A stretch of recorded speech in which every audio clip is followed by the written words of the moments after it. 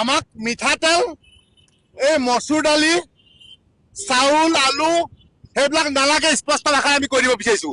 আমি অসমীয়া যুৱ মৰ্চাই স্পষ্ট ভাষাৰে মুখ্যমন্ত্ৰী ডাঙৰীয়াক ক'ব বিচাৰিছোঁ যে এই আপোনাৰ তেল, দালি, চাউলৰ ৰাজনীতি বন্ধ কৰক।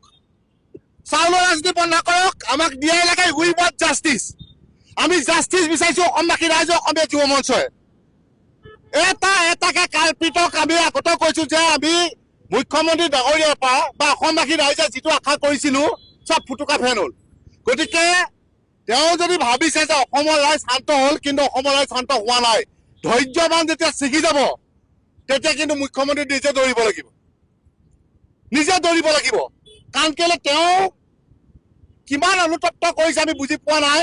তেখেতক আমি দেখিছিলোঁ, মুখ্যমন্ত্ৰী দেখিছিলোঁ প্ৰথম অৱস্থাত তেখেতে একদম ৰচাল বচালকৈ খুব সুন্দৰকৈ তেখেতে একদম লাগি আছিল। কিন্তু এতিয়া দেখিছোঁ যে তেওঁ ৰাজনীতি মেৰপাকত সোমোৱাৰ নিচিনা আমি দেখিবলৈ পাইছোঁ। তেওঁ এতিয়া আপুনি চাওক, আপোনালোকক আমি ক'ব বিচাৰিছোঁ যে কাৰ গাৰ্লফ্ৰেণ্ড, কি কথা, কাৰ ঘৰত শাক বনাই, কি শাক বনাইছে, কাৰ ঘৰত কি মাংস বনাইছে, তেওঁ সেইবোৰ প্ৰয়োজন নাই। আমাৰ অসমবাসী এইটো প্ৰয়োজন নাই। আমাক লাগে ন্যায়। আৰু আমি বিচাৰিছিলোঁ ন্যায়।